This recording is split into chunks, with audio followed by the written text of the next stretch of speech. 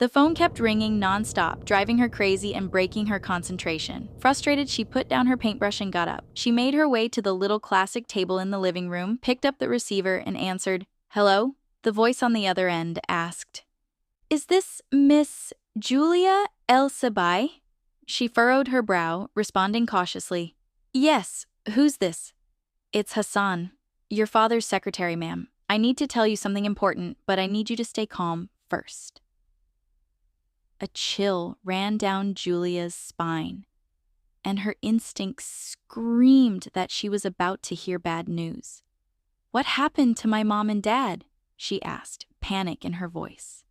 Hassan sighed heavily, his tone somber. "They were on their way to the airport to surprise you in Paris for New Year's, but they had a car accident."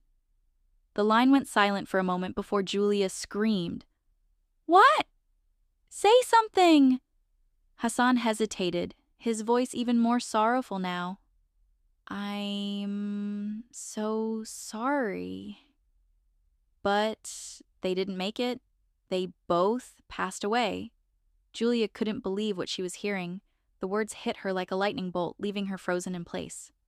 The phone fell from her hand, and she just stood there, staring into space, trying to process the news.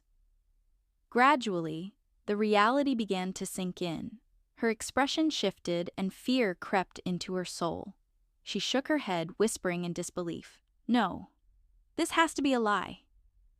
She dropped everything, ran to her room, grabbed her passport, stuffed it into her bag, and rushed out of her apartment without even changing her clothes.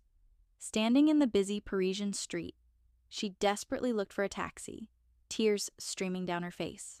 At just 24 years old, Julia had moved to Paris 3 years earlier to pursue her dream of studying fine arts. Her father had encouraged her to chase her passion, hoping become a famous artist and open her own gallery when she returned to Egypt. But now, all that seemed meaningless. She hailed a cab and spoke to the driver in French, asking him to take her to the airport immediately. Hours later, Julia landed in Cairo and went straight to the hospital where Hassan had told her to go. Her uncle, his wife, and their daughter, 3 years younger than Julia, were already there, crying outside the morgue. Hassan was there too, looking solemn. Julia approached them with shaky steps, tears pooling in her blue eyes. Her pale face mirrored the terror she felt inside as she stammered, Where are they?" Her uncle stood up and hugged her tightly, sobbing, "Oh, my girl. I can't believe what's happened to your parents. They're gone, just like that." Julia broke down, wailing uncontrollably. "No, you're lying. They're fine. I just talked to them yesterday. They told me they were planning a surprise for me. How can you say they're gone?" Her uncle Fatih wiped his tears and said gently, "It's the truth, Julia. If you don't believe me, you can go inside and see them for yourself." Horrified, Hassan intervened. "Sir, how could you say that? She doesn't need to see them in that state." Julia's eyes widened in shock. "What do you mean, in that state?" Her aunt, Hannah, placed a comforting hand on Julia's shoulder and explained, with a trembling voice, "Sweetheart, the accident, it was horrible. Your parents' bodies were badly disfigured. We only confirmed their identities through DNA tests." Julia swallowed hard, fighting to stay composed.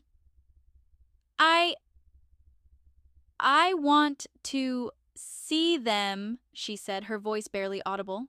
Hassan grabbed her arm, pleading, "Please, ma'am, don't! Seeing them like this will only break you." But Julia wouldn't listen. She screamed, demanding to see her parents, until the stress overwhelmed her, and she collapsed. Hassan caught her just in time, shouting for a doctor. "Need you to stay calm first."